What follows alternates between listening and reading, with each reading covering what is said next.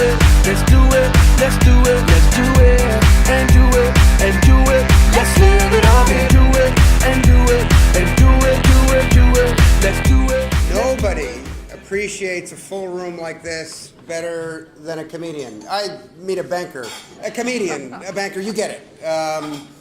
So glad you're all here. We got a full house at lunch, which is great because we've got there we go. See, there's phenomenal content to bring up my good friend. And at lunch, so we've got a few things going on. We're going to have, by the way, some product announcements. There's going to be some breaking news at lunch. We're going to have some fun, and there will, I guarantee you, be some very tweetable moments. Get your cameras ready. But first, what I want to do, we do this every year at DMS, where we pick a charity, and we want to highlight them to the community. And this year we have chosen Camp Interactive, which is a fantastic charity here in New York. And without further ado, I'm going to ask Kirk McDonald of Pubmatic to come up and give 2 minutes on a charity that he's chosen to give a lot of time to. Thank you. We're super appreciative. It's such an important gathering for the digital community, and we're really appreciative of a couple of seconds to talk about Camp Interactive. So some of you may have seen recently an op-ed piece that I got some infamy for, probably for putting in the journal. Any of you see that? Yeah. Okay. Yeah. So the reality, though, is all of us appreciate people who code. All those who appreciate people who code, put your hand up. Everybody. Yeah, go figure. But what about kids who code? Because interestingly enough, both at the high school level and at the college level, we don't invest enough in STEM, in science, technology, engineering, and math. That's just the reality. So interestingly enough, this group of CEOs that are hiring has the challenge of finding code empathetic employees in your HR department, your public relations department, in your marketing department, as well as we're challenged finding them as computer scientists for our organizations. Well, there are organizations, non-for-profits out there that are doing things, and instead of just surfacing the topic, both through Pubmatic and personally, I thought I could be involved. And just imagine if each of us become involved. I found a charity that looks to you as CEOs as their Dwayne Wades and their LeBron James. They aspire to be you. They aspire to be you in this room, the next set of technology entrepreneurs. And I've been involved with the charity for 10 years now, and it's Camp Interactive. Inner city kids, at-risk kids, and we expose them to coding. These kids here are all in high school and first couple of years of college, and they code, and that's pretty exciting. And we love what the organization's been doing. We wanted to get a little exposure to it and ask you to become involved. Not specifically with Camp Interactive, even though we hope you do, but to do something that helps in the community. We run a program each year called summercamp.org. We run that program at Summer Camp QA, Summer QAMP, camp.org, where we take these same high school and a couple of years of college students, and we have them intern in companies like this. This year, Craig Meisner, who's the director of the program. Craig, do you want to tell us just 10 seconds on who signed up and how many? Yeah, sure. So summer camp, we started off in New York. We're in 7 different cities now, where we have 60 companies signed up for the program. And from small startups to companies like Twitter, it's very exciting for us. QA has become an entry point for a lot of students who aren't sure how far they're going to go with technology, and it gives them an opportunity to see other opportunities that are at these companies as well. So I thank you for having us today, and if you can get actively involved, it's fantastic. Thank you. And we want to thank Terry again and Luke Partners for letting us chat. They'll be mingling around, so if they walk up to get an autograph, just give them 10 seconds of your time. Thanks again. Awesome. All right, thank you. Thanks, Kirk. We have a decided approach towards content here. Thank you all, guys. Have fun this afternoon. And by the way, you don't have to just apply to coding. You could become bankers too. Go to the Feel the power of the dark side. Seriously, when we think of content at DMS, we try and think of content that is. Hang on, that's not on. We try and think of content that is relevant to the ecosystem. After all, we have the ecosystem here.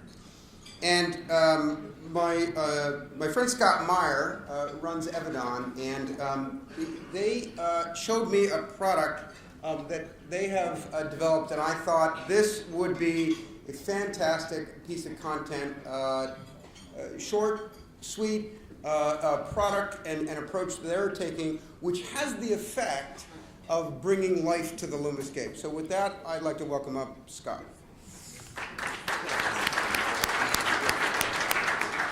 So who here has seen Moneyball? Okay, so if you haven't, it's the true story of Billy Beane, who's played by Brad Pitt, and he's the real-life general manager of the Oakland A's. Now, Billy Beane revolutionized baseball because he started using data instead of gut to make decisions. And when he started using real data about the players instead of gut, he turned a losing team into a winning team. And I think that Nate Silver's got it right in that in this room, we're in the Moneyball era of online advertising. Because think about it. For all that we're doing, there's just not a whole lot of data about all of us, who are the people who work with the data. So if you need to find out data about this ecosystem, what are your options? Well, you can start off by, this behind the banner thing that John Battelle did is really cool. It's very pretty. And you can learn about how the ecosystem works, and that'll get you somewhere. You could also, of course, use the Luma Partners chart. And I know from my own experience, what's the most important thing about the Luma Partners chart, which is number one is being on it.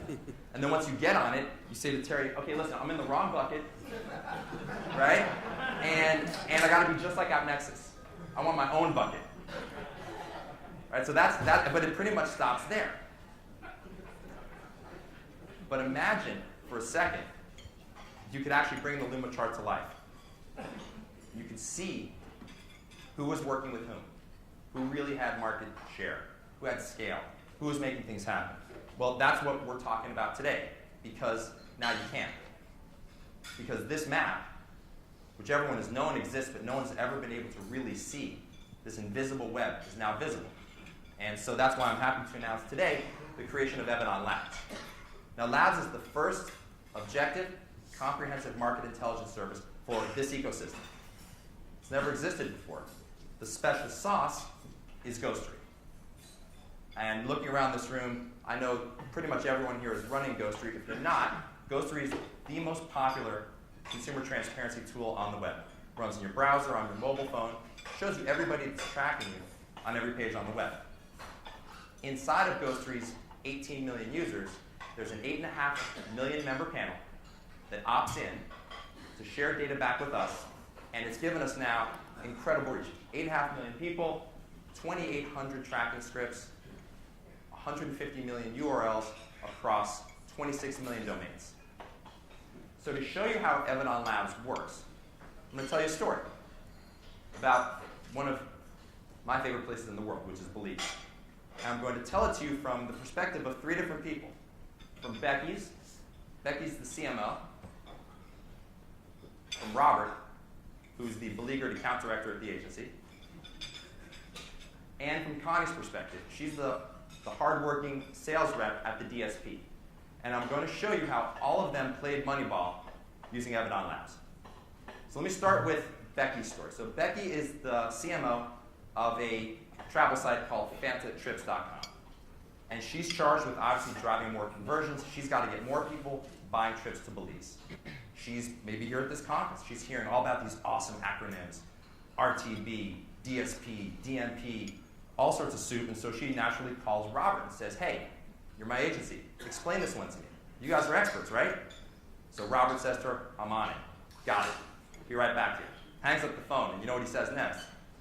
He says, shit, I don't know anything about this stuff. They all look the same to me. Every DSP to me looks pretty much exactly the same because I have no data. I have maybe it's this guy took me to the Knicks game, maybe this other guy, I used him on another campaign, and maybe the other guy, he and I used to work together. And there's data, but nothing objective, nothing that anyone can really use to make a business decision until now. Because now what Robert does is he logs into his Evidon Labs interface and he can see where all the DSP's ad tags are for the past month in travel, what domains they're on. and a whole new set of performance statistics that no one's ever had access to before. The latency of the pages, the number of ads per page, what percentage of these ads are viewable above the fold, how fast tags load, and much more.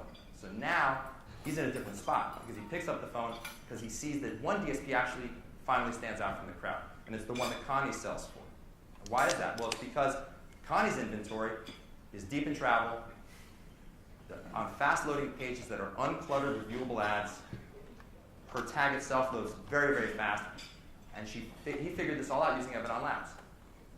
So now he picks up the phone and he's playing Moneyball because he says to Becky, I got real data. This is the DSP that's going to sell us more trips to Belize. So he's playing Moneyball using Evidon Labs. But we got to flip this around because looking out in this room, anybody who Connie works for, you don't want her to get the call from the agency. She should be prospecting. You're paying her to hustle, to run down new business. She needs a way to figure out how to prioritize her time and figure out where to be. So Connie is covering travel, and historically, what does she do? She's going to run Ghostery and look at the different travel sites that she's responsible for, see if there's DSP tags there. Maybe she can ascertain some stuff, but basically, she's got almost no visibility until now. Because now, she goes in to her Evidon Labs interface and sees that 90% of these sites have DSPs, but Fanatrips doesn't. And she's got more reach in travel, and her tag is 50% faster than her competitors. So now she picks up the phone, and she says, Robert, check it out. I have real data about why I'm the best. You know how you're running Ghostery and you see how to use it? Well, what Ghostery says is that I'm the right DSP for you for all these reasons. I'm the one that's going to sell you more trips to Belize. And so she figured this all out by playing Moneyball using Evidon Labs. So now let me get to the last part of the story, which is the most important, because it's about Becky. Because Becky's the CMO, Becky's got all the money. Unless Becky succeeds, no one in this room and no one in this slideshow makes any money. So Becky's decided now she's going to use this DSP. She goes through the process, she gets the tag on the site, which as all of us know can at times in and of itself be gargantuan to just get done. She needs to be sure that this DSP is doing its job. Otherwise, how many of you have been in this room where the client, so the CMO, the agency, tech folks, they're like, there's all this stuff on my site, there's all these tags. Look at this list from Ghostery. I have no idea where all this is coming from, and they all go like this. I say, well, you put that there. Oh, the agency did it. The agency's like, I don't know. And everyone's pointing fingers, wasting time, burning cycles when they should be making more money. Until now. Because now, what Becky does is she logs into her Evidon Labs interface and she gets a map. She can actually see who's where. She can see all the interrelationships. And what she sees is that the DSP she chose is fast, not messing the site up. That's great. She also sees that they're writing out 2 other ad networks, one of which her team knows about, the other of which they don't. And the one they don't know about is slow. It's really slow. And so in the past, what would they do? They'd all be pointing fingers and trying to pull tags off. But now she says simply to the DSP, guys, I've never heard of this ad network, and 1,600 milliseconds is not acceptable. Either speed it up or take it off. So now she's playing Moneyball. The tag's gone. The site's moving faster. No data's leaking out. And so she's playing Moneyball because she's psyched. She's got the right partner. She's driving more leads, driving more conversions. The CTO is happy because he's got, back that up. The CTO is happy, that guy, right? Because he's got a fast and secure website, is doing what it's supposed to do, and they're playing Moneyball with Evidon Labs because they're selling more trips. So, the way to think about this is, whether you're the CMO, the beleaguered account director at the agency, the hard work and sales rep at the DSP, it's now time to play Moneyball, and Evidon Labs is here to help you do it. So it's game time. If you're ready to play, let us know.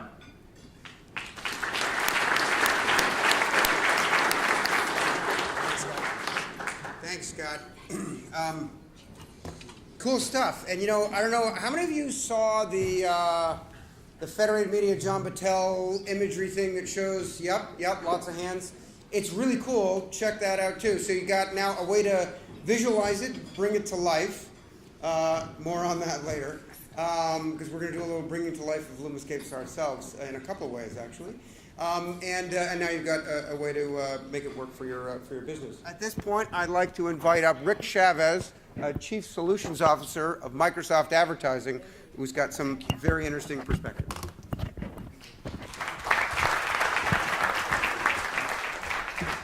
Well, you know, now that I've been introduced as maybe not cool, there's only one way for me to go, I think, maybe to become a little cool through this conversation. But I do think it's a precipitous time for everybody in the industry. Let me just make sure I got the technology gods are with me here.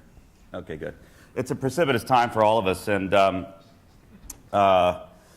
certainly, oops, let's turn this off.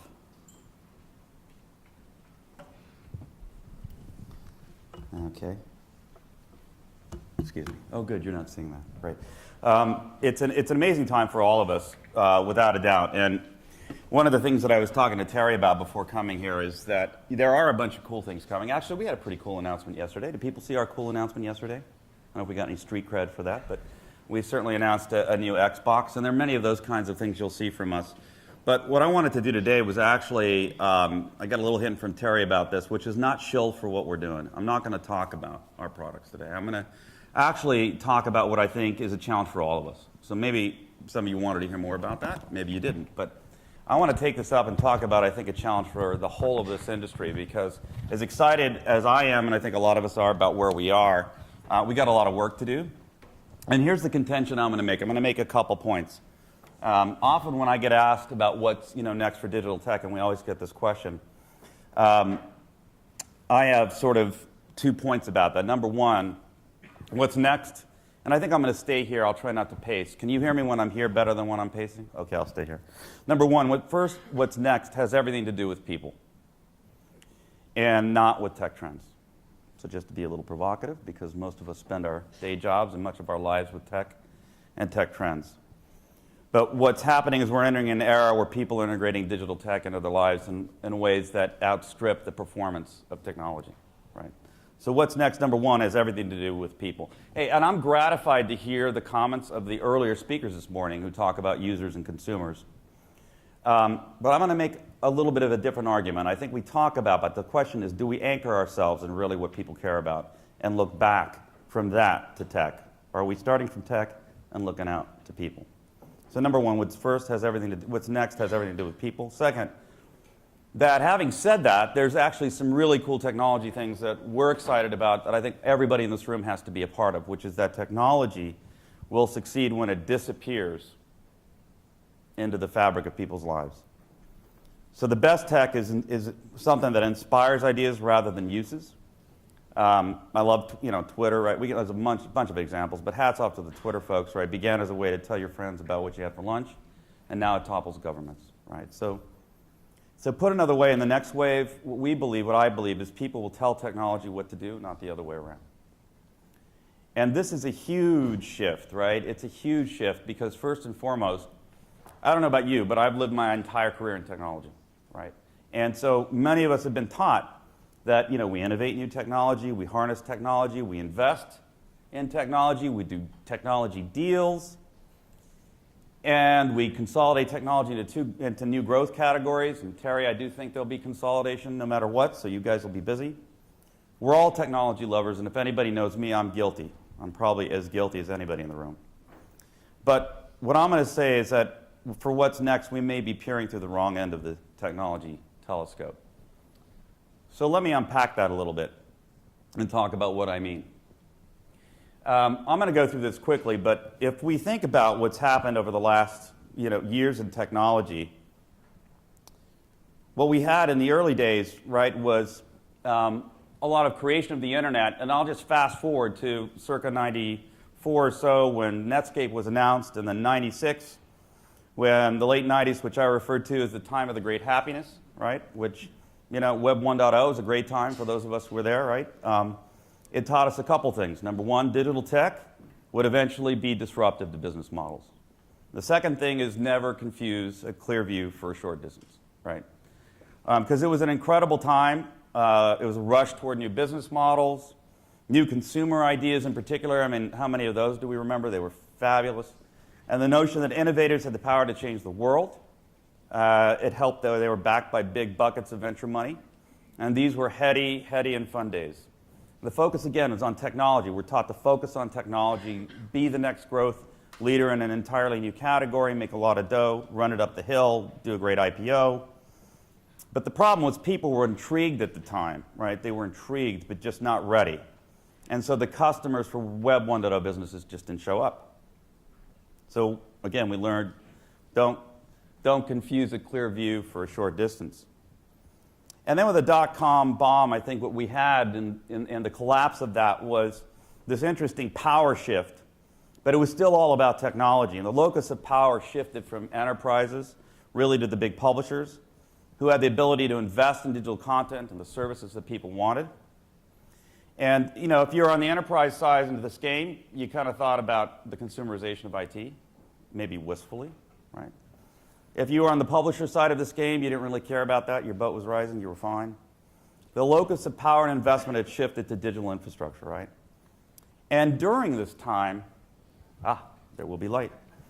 People were grooving into the possibilities of digital. So we had this kind of acculturation, this grooving in, getting more comfortable with media, asserting more control over the experiences that they liked versus the ones that they didn't, and then getting inspired by different modalities like social and mobile. But we have these two internets, you know, and we could debate if they're two internets or not, but I think simply put, and I think a lot of the Lumascape work that I saw earlier today and watched through the years is kind of sort of putting a light on this, shining a light on this, right? There's an internet that's an internet of enterprise efficiency where, you know, maybe less sexy things have been going on, but important things. Intranets, enterprise social, enterprise marketing, CRM.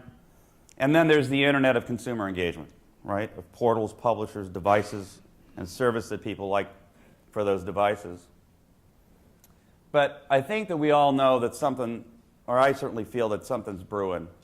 And the question is, innovators, whether we're incumbents or we're, you know, attackers like many in this room, we've got to think about the fact that we've had 20 years that's taught us hug the technology and you'll get to a better place, or hug technology and you'll get to a high-value place. Let me put it that way. And I think, you know, there are some forces unfolding. Is it social, mobile, video, social, mobile? I mean, all those things, the answer is yes, right? It's all those things, right? And it's not wrong to hug the next big technology because that's kind of our jobs, right? I mean, the world expects us to do that. But I'm going to suggest that what's next is actually about the collapse or the reintegration of these two internets, that these two internets are colliding. And all we really have to do is take a look at this picture, which I love, Terry, by the way, but if, you know, if it's an eye chart. But if you look at this and you say, okay, something's going on, there's going to be a harmonization of these two internets somehow. I think it's going to keep all of you guys, Terry and your team, very busy for a while. And maybe, I loved your reference, Terry, to whack-a-mole, right? Now, you know, you consolidate here and then 10 more spring up. And that may be the case, right? But I'm going to suggest that the consolidation that's going to come, and it will come, but it's going to come not through the lens of what technologies belong with each other, but rather, what are the needs that people have? And how do those needs become the true north for where we go next? Because I think, number one, what's different now is people, they are digitally savvy, right? In fact, this time they're ready. They've either emigrated, you know, to the digital world, or they're digital natives. They've been born with digital all around. We've got a citizenry that's ready, willing, able, and they're increasingly impatient. I have this story. I mean, I bet everybody in this room has stories like this and probably more fun and interesting, but this one I love, which was a friend of mine brought his son over the other day, and 4 or 5 year old, was exploring our apartment, and he walks up to a photograph. And like many of you, I've got plenty of digital stuff in my house. I mean, I have computers and Xbox and everything else you can imagine. And I also have an album of photographs. So he walks up to a photograph and swipes, right? You know, nothing happens. So he swipes. Nothing happens again. So he turns to me and says, "Your picture's broken." You know? But this is life, right? This is real. This is a digital native, right? And maybe some of us don't have that sort of priceless clarity of the 4-year-old digital native, but we've all grooved in. So I'm going to assert that something different is emerging. It's all about people and their needs. Let me give you one more vignette about the two worlds and how I see this playing out, and I'm sure you guys also have these stories. If you're, for example, in the marketing and internet space, it's all about B2B2C, and the collision of two internets around the needs of people, at work, at home, and on the go. So here's an example. Let's say that you're a retail bank, and you're grappling with multi-channel complexity. How do I stay relevant to the Generation I person who's intensely mobile and wired?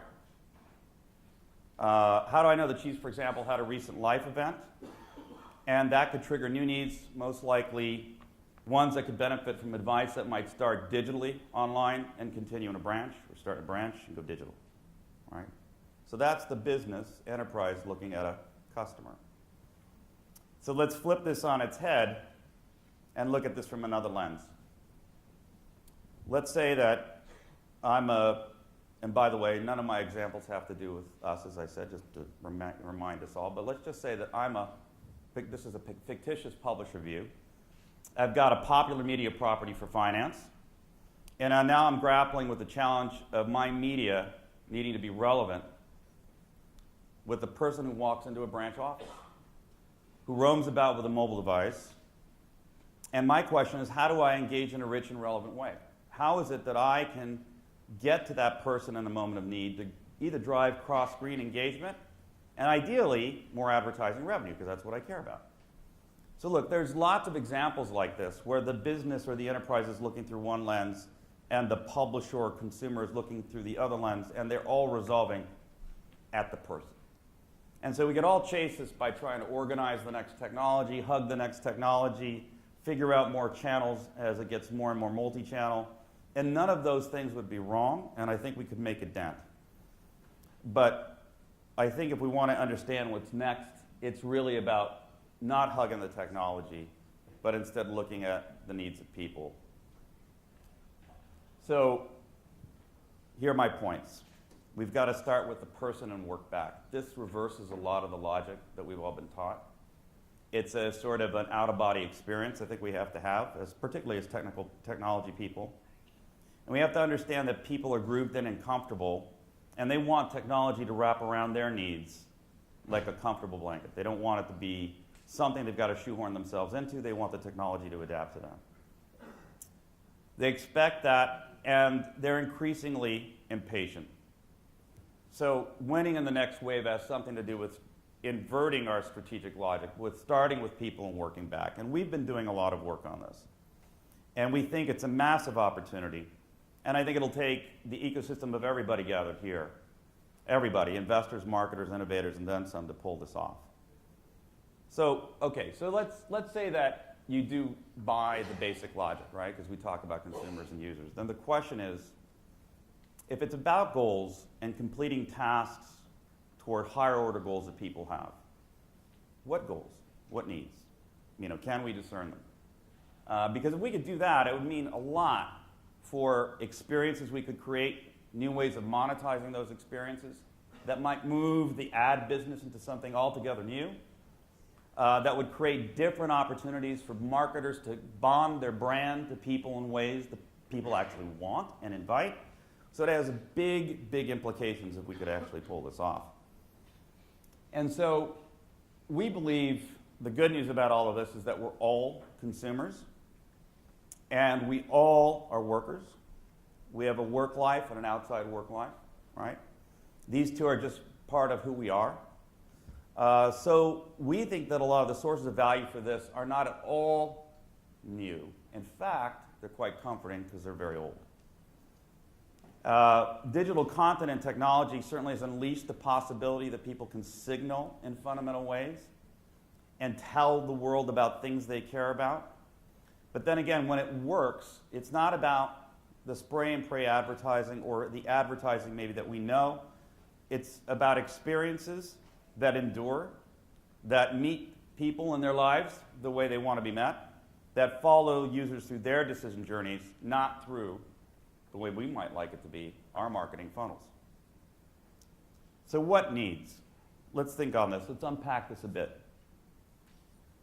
We think that the advantage of looking through the people lens is that there are 6 areas of opportunity that show up.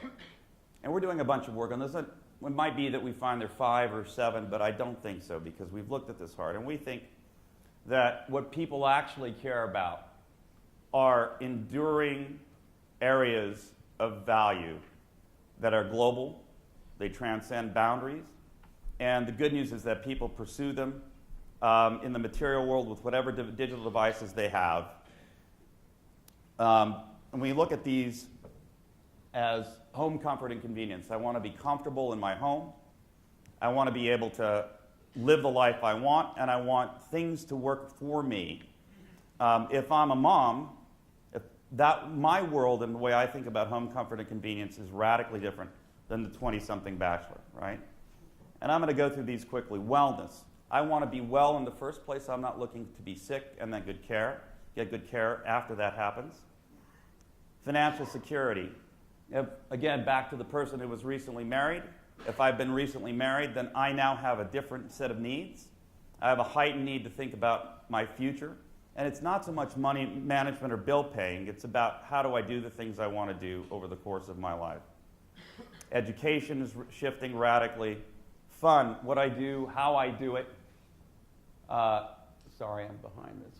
What I do and how I do it has changed precipitously, right? So now I think about fun experiences, scheduling them, taking them, chronicling them in ways utterly different from a decade ago, right?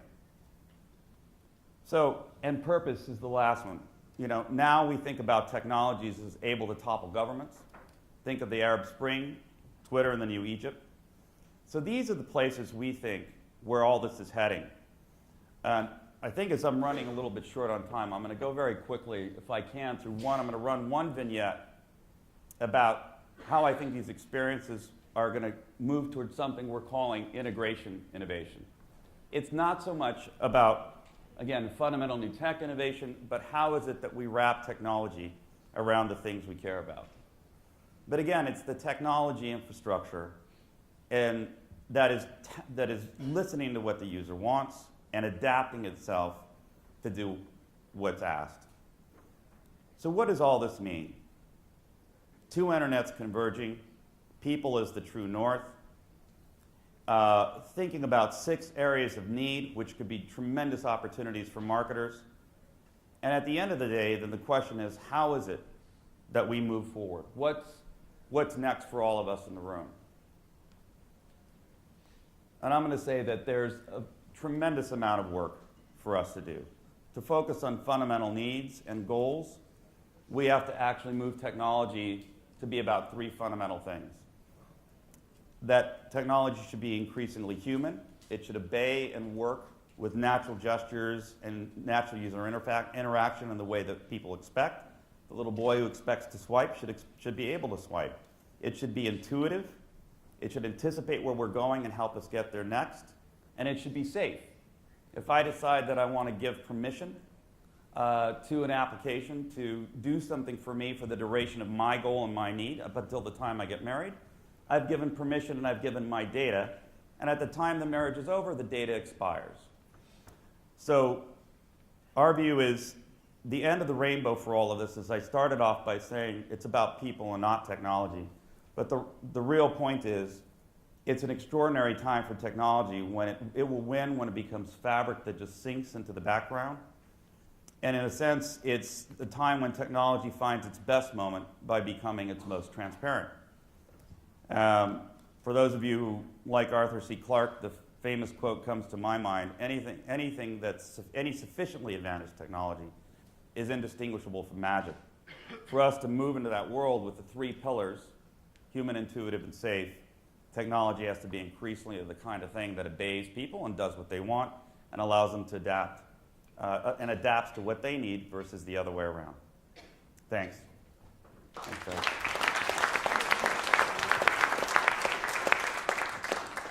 Awesome. Thank you, Rick.